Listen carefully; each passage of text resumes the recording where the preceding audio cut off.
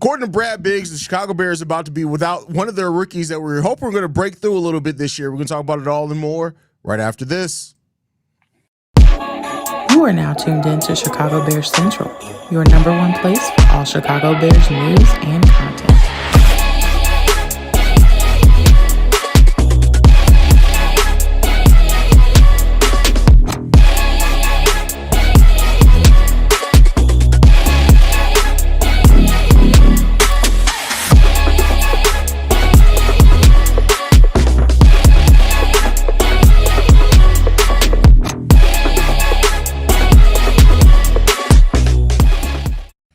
What's going on, Bears fans? Welcome to another episode of Chicago Bears Central, your number one spot for everything Chicago Bears related. We got Bobby, myself, Haize in the building today. And Bobby, unfortunately, we're not coming with good news. Reportedly, according to Brad Biggs, Shemar Turner is going to miss up to a month with an ankle injury. How you feeling, Bobby? Can we get a break? Can we please get a break?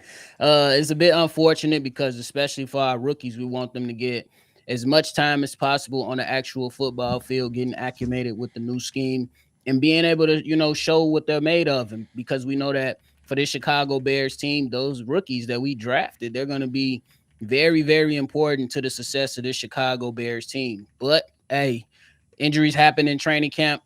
I ain't even going to lie to you. A couple days ago, we witnessed a couple people go down with season-ending injuries.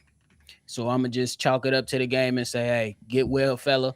You still get about a month from now, that's in August, getting close to what a season is starting. You will still have time to come back, but I think it's going to be, he going to have to just come on along, and we're going to have to see what he made of. But it's a gut punch for me, personally. Yeah, I mean, it does suck because Shemar Turner is somebody that you hope was going to be able to come in and earn a role this year. But I'll say this, though. If it was going to happen, the fact that, we have heard that Chris Williams, the defensive tackle, has stepped up recently in practice. We already know that Andrew Billings is going to be another guy already ahead of Shemar Turner. So you got those type of things of players that were ahead of him in the depth rotation already. So, we got veterans in there who's going to be able to step up for a little while he's down and recovering. The hope is, of course, that he's going to be able to make that impression when he comes back, hit the ground running when it comes down to it. But on the Bears, the overall outlook of things, they still sit in a decent enough position. I agree with that. I think that when you're looking at it, you say, hey, at least it's, right now. So, training camp just got started, last week. So he will be missing some ample time, but he will have time to come back. But I wanted to see my mans get some preseason action so we can go out there and really gauge, you know what I'm saying? And he can get that experience to be able to go out there and watch himself on film against actual NFL talent, or at least, a little bit of talent, because that's when you going up for Turner. I think it was going to be mostly maybe second or third string guys that he was going to be getting his reps against. Now, sometimes when he comes in during the start of the season, I'm anticipating him going against some ones and that a rotation of what I think that Dennis Allen is trying to build. So it's going to be a bit challenging for him. But hey, this is what we love. We love challenges. You can either rise or fall. Absolutely. I mean, you couldn't even word it better myself. I mean, it's just a challenge. It's just another hurdle. And injuries are going to happen. It sucks to deal with it early in your career, especially, in a training camp that all Bears fans are excited about. We got the new energy in the building and all that type of stuff. But, hopefully this is just a blip. And if this doesn't turn into something where he gets injured all the time, like, we won't even think about this in a year from now. Like, hopefully we're thinking about him putting some people in the dirt as a defensive tackle for the Chicago Bears. I agree with that. And then this is just an opportunity for other guys to step up. We heard about Chris Williams, who came on, I believe, towards the end of the season last year and made a decent impression. And, hey, this is an opportunity for other guys to step up. We've been, hearing a little bit about the guy that's been filling in for Jalen Johnson's spot in Nashawn Wright. Yeah. Who's been filling in and been looking pretty damn good. So one man goes down, that means that somebody else can rise up and, catch the eye of the coaching staff, and you'll be one of the guys that the coaching staff will be like, okay, we'll keep you around. So it's an opportunity for somebody else as well.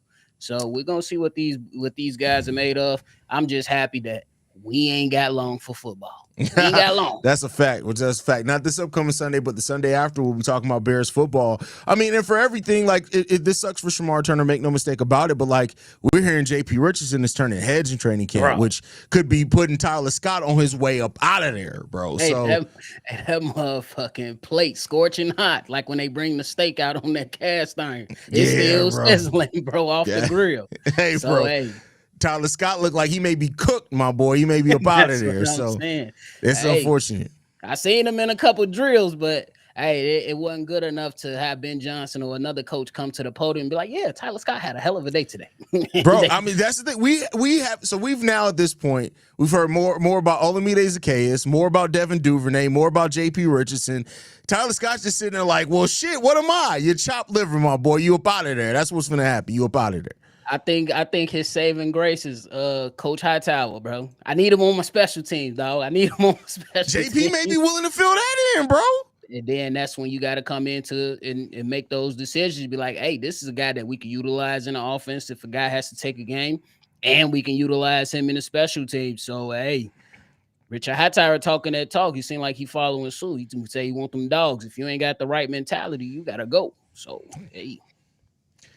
Bro, I wish I could really. I just want to be in one coach's meeting and see how they talk about Tyler Scott, because like, bro, it's like this. Do people is has he at this point become? Is he the Javon Carter of the Chicago Bears? No, my boy? Like, you already know it's those players that we nickname can't get right. Is they in the damn meeting saying, "Hey, man, I like him. He just can't get right." So, hey, it's one of those things that's very, very interesting.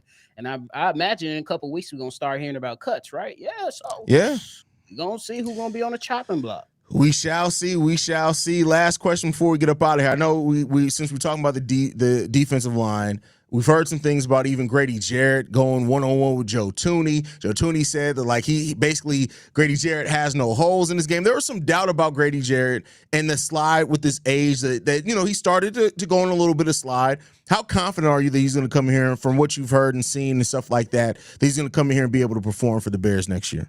I'm very, very confident. I was one of the ones that when he first got signed, I'm like, damn, the way he talked, he sound like and remind me of Akeem Hicks. Like, I'm like, it was just when he talked at the podium, very respectful, but very, very confident too. And you like, man, and then you seeing stuff and you hearing people doubting him. And this is a guy that has played 11 years in this league already or something like that, or close to it. That's right there is enough for me, because those type of guys, when they enter new situations, they have something to prove, not only to themselves but to the others that are doubting them. So I'm anxious to see what he's going to be able to do. He's going to be lined up with some other young dogs with him, and I hope that the veteran leadership is contagious to where we can really see him take off and hold things down, because I point to a guy like Calais Campbell. He old as fuck, but he's still in the league. He's still in the league as a veteran and holding it down. And who's to say Grady Jarrett can't do it for himself with still some juice left in the tank? So we gonna see, man. I am confident in him, though. I'm very, very confident in his We definitely gonna see. That's for damn sure. Well, Bobby, anything left before we get up out of here, brother? Nah, man. Hey, just got out to work. It's time to go ahead and eat some of this curry. It's time. You made curry? I did. Okay, that sounds fire. That sounds fire, man. Make sure you guys are following us at Shy Bears Central. You can send us any feedback, questions, comments, concerns, ChicagoBearsCentral@gmail.com. Lastly, if you want to leave a text message and or voicemail for the mailbag, the number to do so, 773-242-9336, with the number one spot for everything Chicago Bears related. We'll see y'all in the next one. Chi-Town up, Bear down, y'all.